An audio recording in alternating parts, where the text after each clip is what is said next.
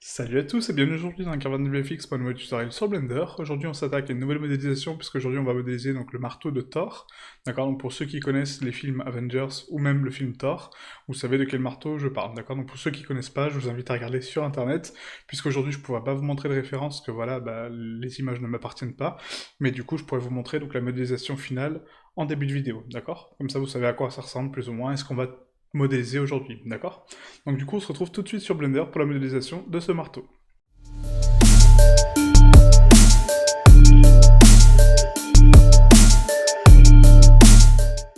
Voilà, donc nous voici sur Blender, donc du coup on va commencer la modélisation de ce marteau. Donc on va passer en vue de face avec 1, on va faire Shift A Mesh pour rapporter donc un nouveau cube, et ce cube je vais le décaler sur l'axe Z d'une position, d'accord. Donc GZ et 1 pour le remonter de une position vers le haut. Ensuite, on va l'agrandir sur l'axe X, donc en mode édition, d'accord. Donc on appuie sur Tab, on appuie sur S pour Scale, X pour l'axe des X, et 1.5, d'accord, pour donc l'augmenter de 1,5 fois sa taille. Maintenant qu'on a créé donc la forme de base, on va pouvoir commencer donc à créer donc les bévels du marteau, mais en fait pour éviter une multiplication de modélisation x4, parce que l'objet en fait que vous allez voir donc est parfaitement symétrique en fait, hein, donc aussi bien au niveau de l'axe Y que de l'axe X, ça sert à rien que je modélise 4 fois la même chose. Donc ce qu'on va faire, c'est qu'on va faire une coupe centrale avec CTRL R, comme ceci. On va faire une coupe centrale, donc ici, le long de l'axe X, hein, CTRL R également. Donc clic droit pour valider la coupe, clic gauche pardon, pour valider la coupe, clic droit pour la recentrer. Et là, on va passer en fil de fer, et on va supprimer donc tous les vertex qu'on n'a pas besoin, d'accord. Donc on va supprimer toute la partie gauche, comme ceci. On va supprimer toute la partie arrière, comme ceci, d'accord. Donc on garde uniquement un quart de notre cube d'origine, ok. On appuie sur X pour supprimer les vertex, et voilà donc la partie avec laquelle vous devez garder, d'accord. Donc c'est la partie qui est face à vous, celle de droite. On sélectionne maintenant cette partie, on va appuyer sur Tab pour passer en mode objet, et du coup on va ajouter un modificateur de miroir, qui va permettre donc de dupliquer la forme qu'on a donc à droite sur la gauche, d'accord, donc sur l'axe X, et on va également faire sur l'axe Y, d'accord, pour avoir donc exactement le cube qu'on avait au départ, d'accord, donc le cube qu'on a scale 1,5 fois, et du coup ça permet donc de modéliser uniquement cette partie-là, et du coup ça va se reporter sur toutes les autres parties, d'accord, de façon symétrique.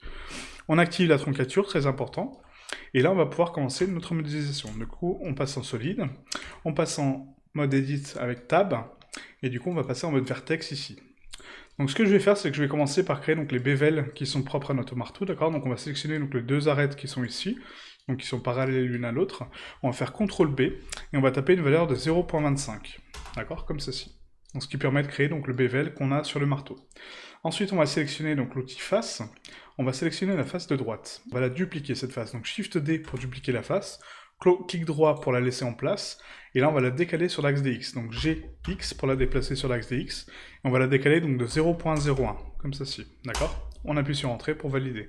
Donc ça permet de créer un léger décalage entre les deux parties, d'accord. Du coup, créer un assemblage plutôt qu'un soudage, ok.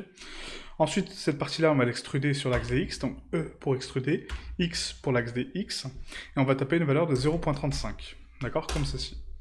Maintenant, cette zone-là, donc je vais la scale sur tous les axes, d'accord. Donc j'appuie sur S pour la scale et je tape 0,8 comme valeur, d'accord. Ce qui permet donc de l'abaisser un petit peu.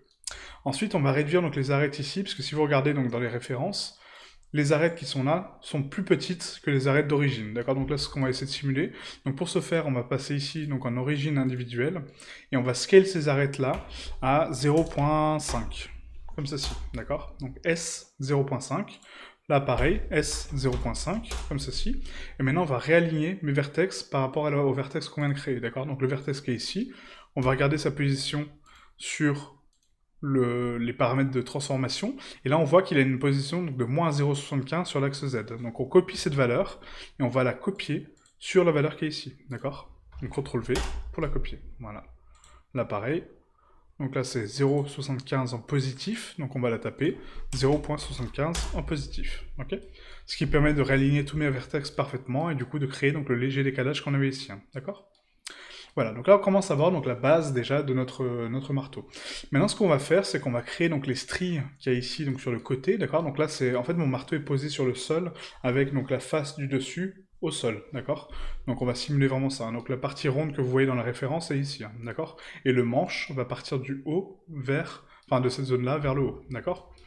Donc là, ce qu'on va essayer de faire, donc c'est les stries qui sont sur chacun des côtés. Et pour ce faire, donc on va appuyer sur Tab, on va passer avec l'outil coupe, CTRL R, et on va créer une coupe centrale.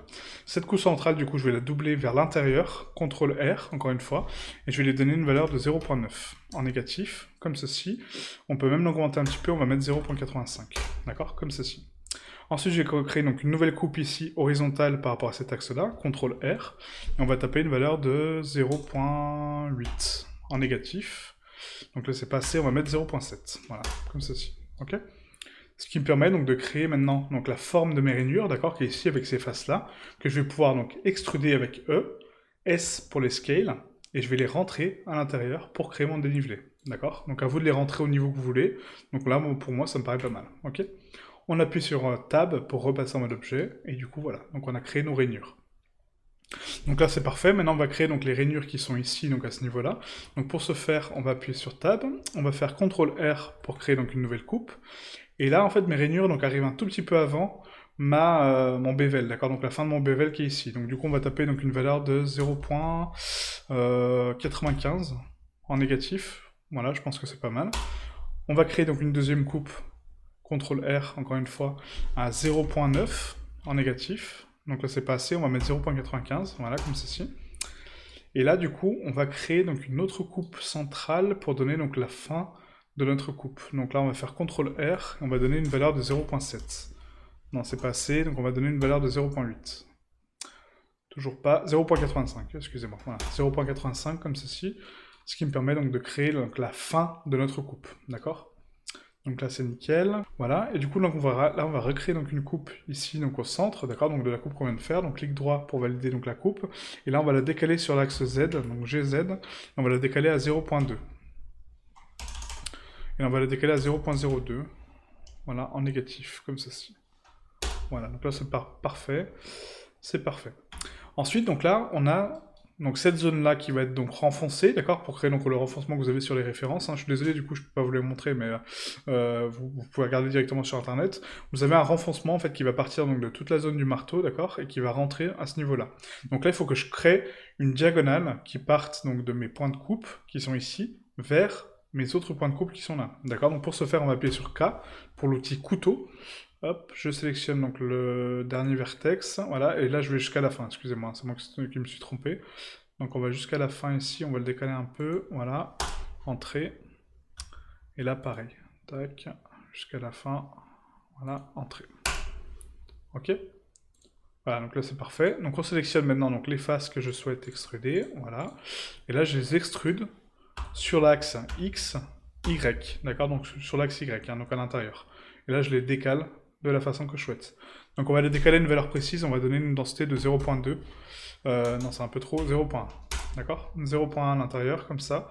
Ça me permet de créer donc un joli renfoncement au niveau de mon marteau. Ok?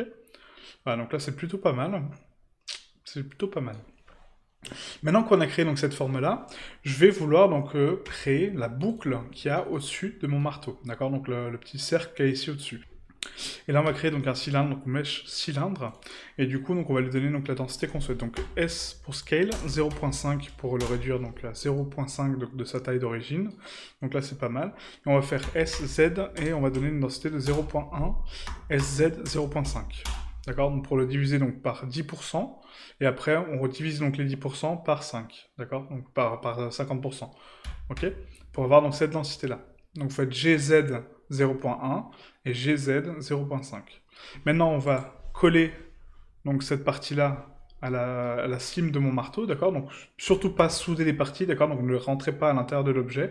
Le but, c'est de créer un assemblage, d'accord? Donc, une superposition d'objets, d'accord? Donc, ayez toujours un léger décalage dans vos objets et arrêtez de les souder, puisque ce n'est pas une soudure, d'accord? Donc, il ne fait pas partie du même objet, c'est une pièce qui est par-dessus, d'accord? Voilà, comme ceci. Donc là, c'est parfait.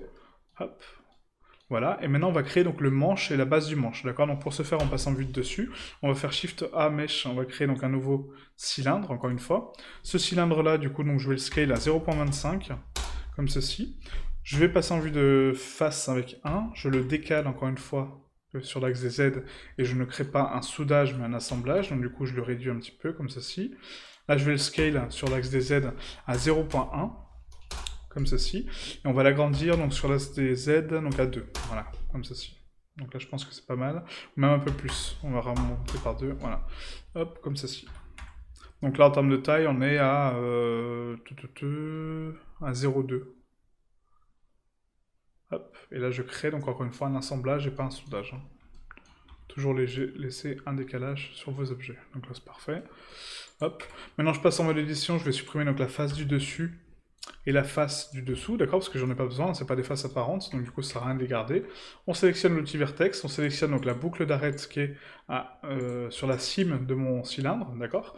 Et là on va créer donc une extrusion sur S, donc extrusion S pour scale l'extrusion, et on tape une valeur de 0.98. Un petit peu plus, 0.97, d'accord, comme ceci. Et maintenant on va créer donc une nouvelle extrusion pour créer mon manche, on va faire E, Z, et on tape une valeur de 5, comme ceci, d'accord. Ce qui permet donc de créer le manche de mon marteau parfaitement. On appuie sur F pour fermer donc la face du dessus. Voilà, et là on a créé donc le manche. Maintenant ce qu'on peut faire c'est donc lisser cette géométrie donc avec W, ombrage lissé. On va également donc lisser les normales, très important, à 45 degrés. D'accord, comme ceci. Et après on créera donc les bévels qu'il faut pour adoucir un petit peu les faces, hein, d'accord. Ne vous inquiétez pas. Hein. Voilà, donc là c'est parfait. Maintenant ce qu'on va faire c'est créer donc un anneau supplémentaire pour créer donc la jonction entre mon anneau, donc ma boucle principale, et le manche. Donc pour ce faire on va faire Shift A Mesh. On va créer cette fois-ci donc un cercle ou une courbe. Non, on va partir sur une courbe. On va créer une courbe. Cette courbe-là, du coup, je vais la remonter sur mon manche. Je vais la scale à peu près pour avoir donc une jonction, encore une fois, avec mon manche et pas un soudage, hein, très important. Hop, voilà, comme ceci. J'insiste là-dessus parce qu'en fait, moi, j'avais tendance à tout souder, en fait, hein, donc tout coller, coller, coller, alors que non, quoi, il y a toujours un décalage entre les objets, hein, d'accord. Donc c'est pas le même objet qui est soudé, c'est vraiment un assemblage, ok. Ensuite, ici, donc au niveau de la géométrie, on va augmenter donc l'extrusion, on va la mettre à 0.4, 0.04, je pense que c'est pas mal. Ouais, ça me paraît plutôt correct. Et on va cliquer sur profondeur donc une fois, d'accord. Donc pour donner une profondeur à 0.1, même 0.2, ouais, 0.2, ça me paraît pas mal. Ok, donc ce qui permet de créer cet anneau. Et du coup, cet anneau, donc on va le placer pile entre la jonction de mon manche et l'anneau principal donc de métal, hein, qui est ici. Voilà, et on va, pareil, créer un assemblage, encore une fois, pas un soudage. Hein. Voilà, donc on le superpose à peine, comme ceci. Voilà, donc là c'est parfait. Voilà. Et c'est là en fait que vous allez créer du réalisme, en fait c'est dans l'assemblage et pas dans le soudage, d'accord. Parce que du coup il y aura toujours une zone d'ombre entre donc l'assemblage et du coup ça permet de créer un côté un peu plus réaliste, d'accord. Voilà, donc là c'est parfait. Donc maintenant on va créer donc les boucles qui montent en fait sur mon manche, d'accord, qui habillent un petit peu mon manche. Donc pareil c'est des boucles en métal. Et pour ce faire, je pense qu'on va partir sur un cercle. Je pense qu'on va partir sur un cercle que je vais décaler sur l'axe Z. On va le scale hein, comme ceci. Hop, donc là pareil je le rapproche au maximum. Hop. Encore un peu. Voilà, comme ceci. Là c'est pas mal. Et là on va créer donc une extrusion sur l'axe Z, d'accord. Donc on passe en mode édition. On sélectionne donc tous les vertex. On va faire E pour extruder, Z pour l'axe Z. Et là on va donner une densité de 0.1. Non, c'est beaucoup trop. On va donner 0.05. 0.05, voilà, comme ceci. Ok. Ce qui permet de créer donc cette boucle-là. On appuie sur Entrée pour valider. Maintenant, je vais appliquer donc un modificateur de solidification pour lui donner donc une épaisseur. Solidifier, voilà, donc vers l'extérieur. Et on va l'augmenter. Je vais juste bien coller contre mon manche quand même, hein, d'accord. Hop, comme ceci.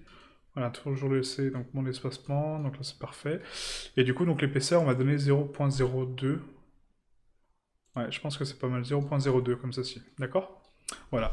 Maintenant, on va passer en vue de côté avec 3. Voilà. Et du coup, on va appuyer sur Tab pour passer en mode édition. On va passer en fil de fer.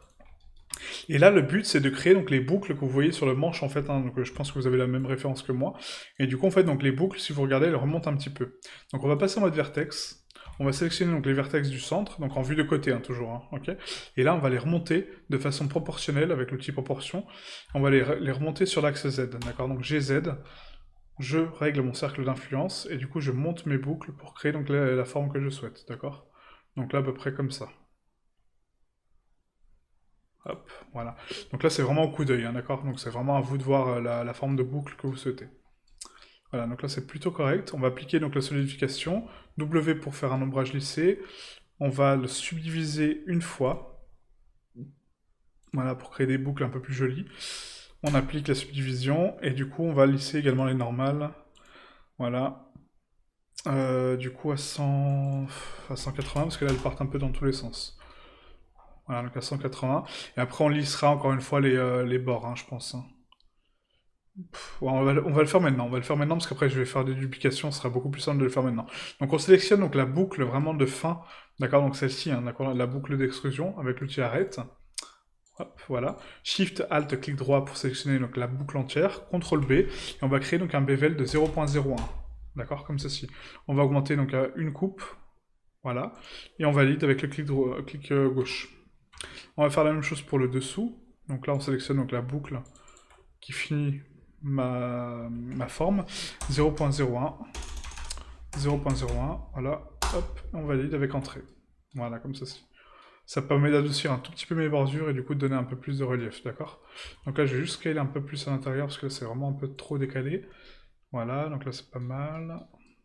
Hop. Voilà. Et après, à vous d'agrandir les boucles ou pas, hein, d'accord? Mais moi, pour moi, cette densité-là me plaît. Me plaît pas mal. On peut peut-être les agrandir sur Z, hein. Donc SZ, et je vais donner une valeur de 0. Enfin de 1.1. Un peu plus quand même, 1.2. Voilà, pour les agrandir un tout petit peu quand même. D'accord? Voilà, je désactive mon outil de proportion, très important. Et maintenant, donc, je sélectionne cette forme-là, je vais faire CTRL A, rotation échelle, et on va définir l'origine vers la géométrie, très important. Ensuite, on va ici donc, dans les modificateurs, et on va appliquer un modificateur de tableau. Donc là, si je regarde sur ma référence, normalement sur le manche, j'ai 10 anneaux, d'accord? Donc on va mettre le nombre à 10, comme ceci. Sur l'axe Z, d'accord? Donc on va mettre une valeur pour l'instant à 1. Et le but, c'est de décaler donc, mes anneaux en fonction de ce décalage-là, jusqu'au plaçage que je souhaite, d'accord? Donc moi, je vais les déplacer à peu près comme ça. Encore un petit peu. Donc 2.5, je pense que c'est pas mal, hein. 2.5, ça me paraît plutôt correct, ouais. Ouais, on va laisser à 2.5, d'accord? J'applique mon modificateur de tableau, et du coup, voilà, donc j'ai ma répétition de boucles qui se répètent sur mon manche. Donc là, c'est parfait. Ok? Voilà, donc là c'était donc la première étape de la conception de mon marteau, d'accord? Donc comment concevoir donc le marteau. Pour la deuxième étape, du coup on fera donc le détail, d'accord? Donc faire une carte de normale pour les reliefs qu'il y a au niveau du marteau. Ensuite habiller donc la boucle, pareil, donc le cercle avec des runes, d'accord? Donc des runes vikings, je crois, hein, que c'est, ou des runes nordiques. Et ensuite donc faire la boucle en cuir qui va habiller avec une pièce en métal, donc mon manche, d'accord?